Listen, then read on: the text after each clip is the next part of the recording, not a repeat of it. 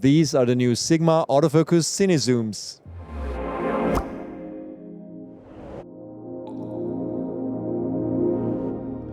Welcome everybody from IBC 2025. I'm here with Aaron at Sigma. How are you doing? Doing great. How are you guys? Very well indeed. Actually, it's just the day before the show ends actually. And we just awarded you one of the Best of Show awards for the product that we're talking about today, which is the Sigma Autofocus Cine zooms actually. So actually 1 year ago, I think we already had an interview here about this product, which at that time was more like a prototype. I mean, we actually, tried it a little bit and I was amazed how it works because it's been a dream of us for a very long time to have a proper cine lens that does autofocus, and for the first time we feel like this is fulfilled with these lenses. But I don't want to give it all away. Maybe you can just run me through it. Absolutely. Yeah. So, finally dreams do come true. I'm very excited to see this come through as well. So kind of like the high-speed primes did back in their day, this lens is really the first to bridge the gaps between our photo and cine lineups now in the mirrorless stage. So this lens here, the 28-45 T2, is derived optically from the design of the 28-45 f1.8 DGDN Art, which is a lens that's been in our lineup for a few years now. So internally, those two lenses are optically the same. They'll deliver the same image. What's really unique about this one here is the housing and the user interface. In manual focus mode, that's where these two lenses really differentiate themselves. You have hard stops on that focus ring. So if you're trying to calibrate a follow focus rig, this is actually much easier now. On the photo version, that ring just spins and spins, which makes a follow focus rig very difficult to use. The focus throw on the photo version is also very short, which makes it very difficult to have a high degree of precision on where you're placing focus. On this lens here, you have 200 degrees of rotation, so you have much more fine control over where you're placing focus. The photo version of this lens also is what we call a progressive focus response.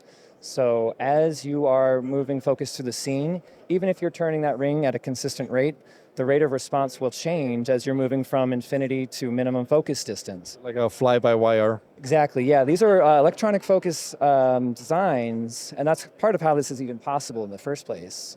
This lens, you have a linear response, just like a manual, mechanical, physical lens. So in manual focus mode, this lens behaves just like a classic cine lens. You get all the precision and the feel and the control and the look of a cine lens that we're used to. What's really cool about this lens too then is when you are, say, working in a really fast-paced environment, or maybe you're working in a smaller team or by yourself, maybe the lens isn't on hand, it's on a gimbal, you have the ability to throw this lens in autofocus and let the camera take over. So in a sense, you really get the best of both worlds. You can have the precision and the control of a manual, mechanical cine lens, or you can have the speed and the convenience of a photo lens all in one without having to have two sets of lenses. So basically there's an autofocus motor in there which only gets engaged when you switch autofocus on. It disconnects also the actual physical connection between the lens and the gear then, right? Because this is not turning as it's focusing in autofocus mode, right? Correct. So this is an electronic design, so there is actually no physical linkage between this ring and the elements inside, and that's part of how this is possible. When you're in autofocus mode, the lens is essentially ignoring any input, if there is any, from this ring. So you do have the ability, depending on how your camera is configured, if you want to manually override autofocus, you can while you turn the ring. It's worth noting if you do that, the distance scale on the lens then is not going to be necessarily accurate then. Focus will just move relative to where it is as the camera is overridden.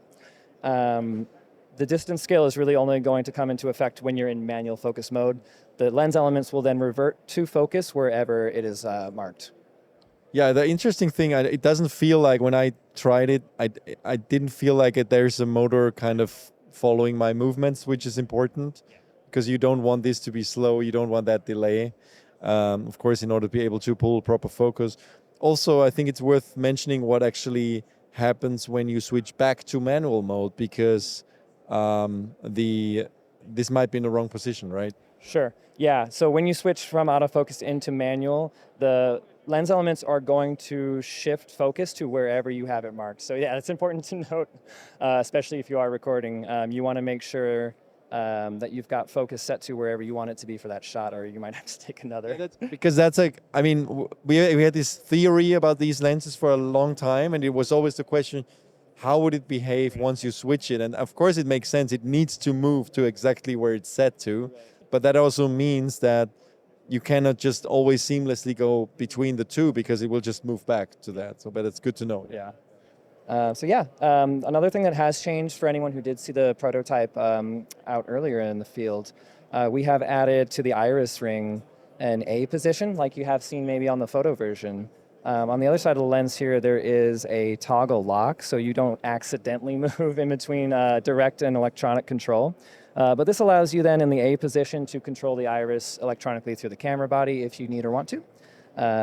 Otherwise, you have stepless control of the iris via that ring there. So it really makes it a full automatic lens, not only autofocus, but also auto aperture once you switch that. Yeah. Absolutely. Yeah. So you can have it behave essentially like the photo lens when you want to or need to, or behave exactly like a manual mechanical cine zoom. Great. You have two focal lengths, right? That's right. So the 28 to 45 will be the first coming. The next in the pipeline is going to be the 28 to 105. And similar story, this lens internally is based off of the optical formula of the 28 to 105 f2.8 DGD in Art, which also came out last year. This lens is going to basically extend on the range of that lens. The 28 to 45 is really nice because it's very bright. It's a T2. It's internally zooming, so you don't have any shifting dimension or weight. The 28 to 105 gives you a broader range. It's a little bit slower, but T3 is still very flexible for a lot of situations. This lens does have an extending design, so there may be instances where that might not be ideal, and we have kind of the 28 to 45 for those circumstances if you're working on a gimbal or in a matte box where you really need to keep your dimensions the same or your weight consistent. This lens, I think, is going to be really useful for situations where you need to be a little bit more flexible, moving on the fly.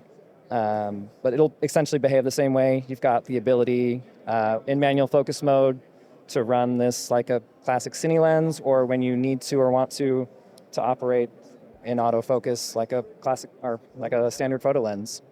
In terms of mounts, what mounts will be available? Right, yes. So just like the photo versions, these are full frame coverage. They are available in, will be available in Sony E-mount and Leica L-mount.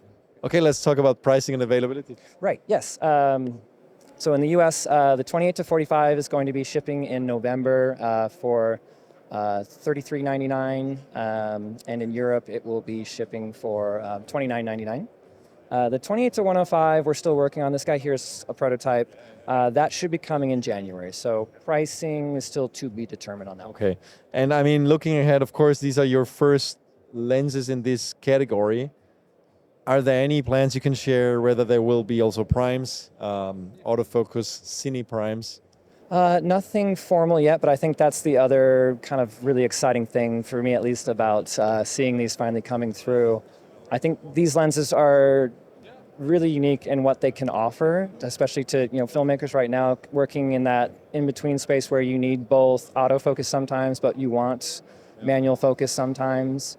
But this is really kind of just cracking the door of what's possible. We have a very extensive lineup now of mirrorless lenses from 14 millimeters to 600 millimeters. And if I'm right, and this really is something that there's a need and an interest for, there could be a lot of other lenses coming down the road with the same application. Well, I've been, first of all, I mean, we've seen around the time you announced the prototype for this, there were one or two other manufacturers, smaller ones, that also tried or announced something like that. I think in terms of implementations, we were most impressed with this because some of the others actually did not have like hard stops. So you kind of had the gears, but it's like, it's not like a real cine lens. So, and you need the hard stops. I mean, it's just really important. The other thing that I always thought would be really useful, I mean, now that finally we really have autofocus in the last few years, which is at a professional level, and that can really also be like it could even creep up to the super high end in a way, because there are things that a focus puller just simply cannot pull. I mean, like if you're wide open on a long telephoto with a person moving towards the camera, those typical kind of things, or like macro nuances and stuff like that, or you're on a T1.4 or whatever. That's very, very hard, but autofocus can do that now with eye tracking and all that. So I wonder if in the future, just as an idea, there will be, like even like the ability for a focus puller to remotely enable and disable autofocus, kind of switch on the autofocus of such a lens remotely through a wireless follow focus, you know. So, that would be really useful. Imagine having somebody pull focus and then kick in the autofocus when they need it to take over and then switch it off again. Yeah, absolutely. I can see the potential. So you have it here on video. If Sigma is coming out with this, I want the patent. Yeah, that's absolutely. Yeah, we'll follow up. Yeah, I'm trying to think of how that could be implemented. I can definitely see the use case for it. Yeah. Yeah, we'll It's have just something, like then you need a PL mount or something, or PL mount cameras that actually do have autofocus are rare.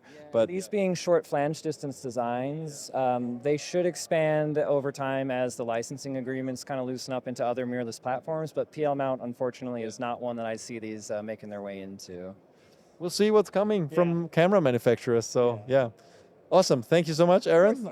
Amazing product. Congratulations. And thanks everybody for watching. Stay tuned to CineD for a lot more from IBC 2025. Don't forget to download our new CineD app if you want to stay up to date on all the developments. Also, if you want to take part in our monthly giveaway, you need to be subscribed to the notifications. And you can be really selective about notifications. You can be, only be notified about new gear news videos or reviews or lab tests. So we don't annoy you with too much stuff. Thank you for watching and stay tuned.